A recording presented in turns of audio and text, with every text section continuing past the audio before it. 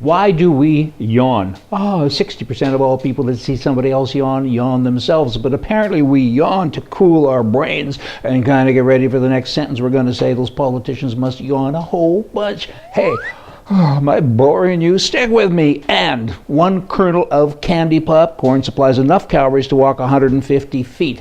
I went to a movie the other night, had a bunch of popcorn, and I walked 27 miles right afterwards, just saying, here's a guy talking about guns, because I do that occasionally. It's not so much about guns, it's about one's rights and to protect your life, because that is your right, and the big guy gave it to you, and you gotta do it. And here's a guy, he really supports the big guy. He's a jockey, one of them. He's a pastor. He's in Florida, and he carries a gun, and a lot of people didn't know that. The other day, a crazy guy pulled a gun on the preacher, and he shot at him, and the preacher very calmly pulled his gun out and shot him. The bad guy must have saw that bullet coming and said, "Good God," and the pastor probably said, "Goodbye."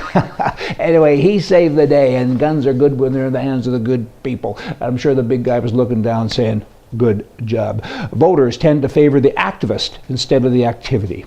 I got to say that again, it's kind of profound. I crafted that little term.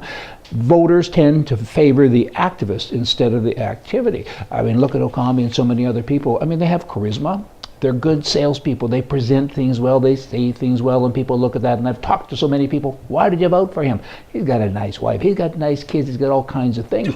I remember that with Clinton and so many others. Well, he's this, he's that. What? I mean, the guy's a Boy Scout. Was he? Did he ever fire a gun? Is he capable of being in charge of the largest army in the world? Can't talk now, getting excited, but anyway, you know where I'm going with all of that. GOP.com, grand old party, of course, that's Republicans. 2/3 of Americans big number, want the next president to pursue policies different from the Obama administration, according to a recent Pew PEW Research Center survey. I knew that. You didn't have to spend money on a survey. People are unhappy with the way things are going. Of course they are. Except some people are saying, keep sending those checks. I kind of like it. Do you hear that noise in the background? Every day I say the same thing, but I have a fire going on. Kind of sounds like somebody's taking a shot at me, or I'm shooting at somebody under the table. It's just logs crackling because it's cold where I am. Hey, outgoing Maryland Governor Martin O'Malley recently commuted the death sentences of several people, and he said, I'm getting rid of the death penalty here in my state before I leave. And he did that, got rid of it. And he says, you know what? It has to be abolished because innocent people could have the sentence applied to them. I guess he hasn't heard of juries doing good jobs or DNA. Pretty good chance now you know for sure. I doubt there'd be any mistakes, particularly with there's lots of evidence that the jury took into account. But he said, no, I'm going to discount all of that, and we can't kill anybody anymore because, in my judgment, leaving death sentences in place does not serve the public good. The truth is that none of us would ever wish for our children or grandchildren to kill another human being or to take part in another human being's death.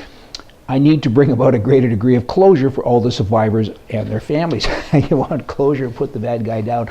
In fact, listen to your people. 75% of all the people in his area are in favor of capital punishment, and he acts like, he's the only one that knows best.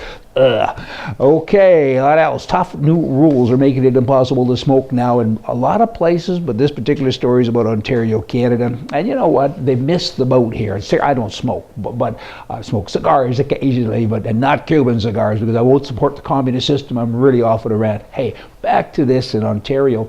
Smoking's bad. We get all of that. But you know what? It is your right to have it. And I see people at hospitals standing outside smoking. For heaven's sakes, you got bus stops for people trying to catch a bus. Why not build a little building for the smokers?